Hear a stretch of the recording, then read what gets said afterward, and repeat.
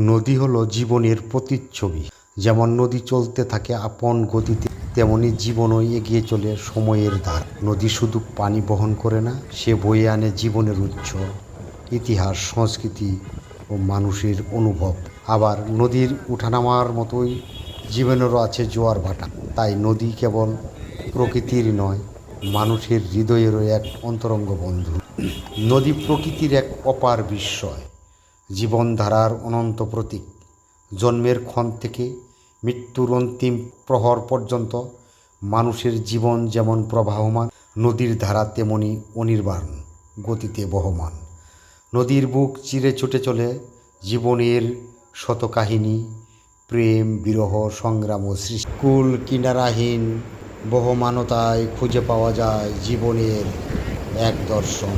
এইভাবে নদী হয়ে ওঠে আমাদের জীবনের এক নীরব সহচর।